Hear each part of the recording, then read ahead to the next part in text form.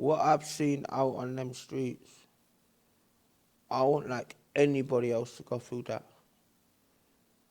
I've had my own cousins die in my hands. I've had my own best mates die in my hands because it's. So Danny, how you doing today? You okay? Yeah, I'm good. You? Yeah, good, thanks.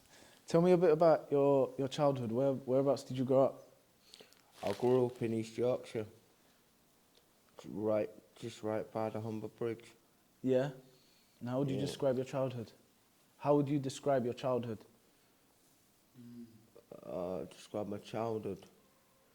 I don't really remember my childhood. 'Cause I had meningitis when I was 6. All right, okay. So there's some things in life I don't remember. And like, I was in, I was in hospital for 11 weeks when I had meningitis. So there's some bits I don't remember before then. Yeah, So I can't really describe my childhood like that. yeah. Do you have both parents growing up? I had mother and father. I had my father up until I was 10 years old. Yeah, He got killed,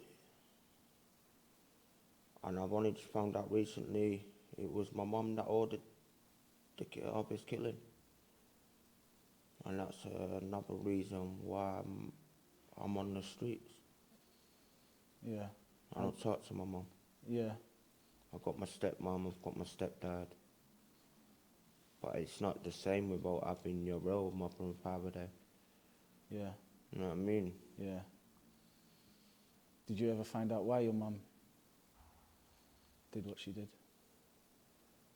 Because out of all the kids to the what to my brothers and sisters that we've got the same mother and father, my father never really took to them. He took to me because I'm his miniature. Yeah, So I was always by his side, whatever he was doing. yeah, You know, he got down the shop, I'll go with my dad. My dad's going around to see his friends, I'll go with my dad. yeah, I was always with my dad. yeah, But yeah, it does affect me in a way. yeah, Yeah, because my dad's not here to see his grandchildren yeah, grow up. Yeah, and it does hurt me in a way. I've had I've had one of my daughters come and ask me because on her bedroom wall she's got a picture of her granddad in his French Fire Legion uniform. yeah, And my daughter asked me one time, "Daddy, where's your daddy?" yeah, And for 5, 10 minutes, I sat there and I couldn't reply to her because I didn't know what to tell a 10-month-old little girl yeah, about her granddad. yeah, But in the end, I turned around and I sat her on my knee and I said, "Princess, I've, I've never lied to you and I ain't gonna lie to you now." I said, Granddad died, and she honors that picture of her granddad all her life. yeah, And when I first gave her that picture, she took it to her school, showed all her friends, all her teachers, yeah, what her granddad was back in the day. And that was the best thing I could do, was just be honest to my kids. And Tell me about what sparked your decision to come to London? I came to London nearly 15 years ago. I'm a painter and decorator, construction lad. Yeah, I love anything practical with my hands, I like to do. So, yeah, I had a phone call one day saying there was this job, you know, £1,100 a week on a construction site down here in London. I come down here for the job. I did have my own place when I come down here. About 3 weeks into the job, I'm on my way to work one morning. I've yeah, and I got a phone call of my housing manager. We're repossessing your flat. I went to my housing manager. I said, why there's nothing wrong with my flat. I told him, I said, there should only be one door up, and that should be the bedroom door from when I fell through it drunk. Had a bit too much one night, Yeah. and I didn't open the bedroom door in my flat, and I've tripped on something, and I've gone straight through the bedroom door. It's only made out of cardboard. Yeah. Yeah. But my housing manager told me, he said, nah, there's a big hole in your front door.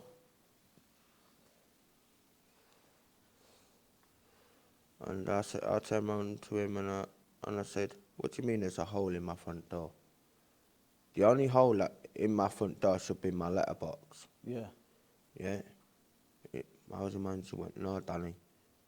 I can fit my head, my arms, and my torso through the hole in your front door. It's that big. Yeah. Well, I had my mum, my little sister, my little brother staying in my flat while I was coming down to work. Yeah. So in the process of me staying in London for 1 month, when I was on this construction site, they trashed my flat. Yeah. So now I've got to figure out of where can I get 45 grand to pay for that flat. Yeah. Yeah, it affects my housing, because they can put me in hostels, they can put me in shared houses, but they won't give me my flat again. Yeah. You know what I mean? They're saying, we give this lad a flat here in London, is it going to turn out like his last one? Yeah. You know what I mean? And that's a problem. Yeah. And it's been big talks for over 10 years about it. Yeah. I'm screaming out, want my own place, and I don't talk to my family no more. Yeah. Yeah, I'm the black sheep. Yeah. I always have been from younger days. Yeah. I got pushed out of everything because when I was younger, I was a little bit different to all my other brothers and sisters. Yeah, I'm one of 12 brothers, 14 sisters, so I was a lot different to all the rest of them. Yeah. You know, Yeah. because of my behaviour problems. But as I've grown up, I've learnt to control it. I've learnt to realise, like, not to get angry straight away with what people say about me, what people think about me, or out like that. Yeah. It takes a while for me to get riled up now, Yeah. and I think it's cool. It's good. Oh yeah, Yeah. that's it. How did you, and that's how you ended up on the streets, Yeah. basically, yeah. No, How's it been? How's it been living on the streets? Do you know when this like being homeless on the streets is like being in the army? Yeah, it's a similar thing. What I've seen out on them streets, I won't like anybody else to go through that. I've had my own cousins die in my hands. I've had my own best mates die in my hands because he's gone and took a tablet or something, yeah, that he's got off some lad in the street, or he's got a bit of smoke, you know what I mean? And all I can do is just hold my boy and say, look, bro, everything's gonna be alright. But I know mentally, no, it ain't. But I've got to show him that everything's alright, so he don't panic. It does mess with your head, Yeah. you know? And it's mad. It is mad. Yeah. Oh, yeah. I won't say any more on that one. No, fair enough, yeah. You got any sort of plans to sort of basically get off the streets? Yeah, I want to get indoors. I want to go back to work. Yeah. Yeah, I've been a grafter all my life. I'm Romany Gypsy. Yeah. So I'm from the travellers, gypsies. Yeah. You know, come from a very big family. But yeah, in my future, I want to go back to work. I've been out of work I've been out of work now about 9 years, and I really want to go back. it's messing with my head. It is messing with my head Yeah. because I've worked all my life. My dad taught me when I was 2 years old. Yeah, I was walking down the street with my pops one day, and see this rusty old bike on the side of the road. My dad turned around to me and went, "Son, pick up the bike." I said, "What for, Dad? You might as well just throw it in the bin." He went, "No." I said, "Grab the bike. I'll show you something when we get back home." So I picked up the bits of this bike, took it home. My dad showed me how to make something that looks nothing into something that just come out the shop. And when my dad taught me that, I was out every day picking up bikes that people left on the streets, taking them back home, opening up the garage, fixing the bikes up, spray painting them and all that. Yeah. I made money every day off it. Yeah. Every day. Yeah. You know, so by the time my kids come along, I had money to put into the pockets. But then as my family my mum sees that like I'm happy, I've got a life. She's kind of like destroyed it in a way, in a little bit.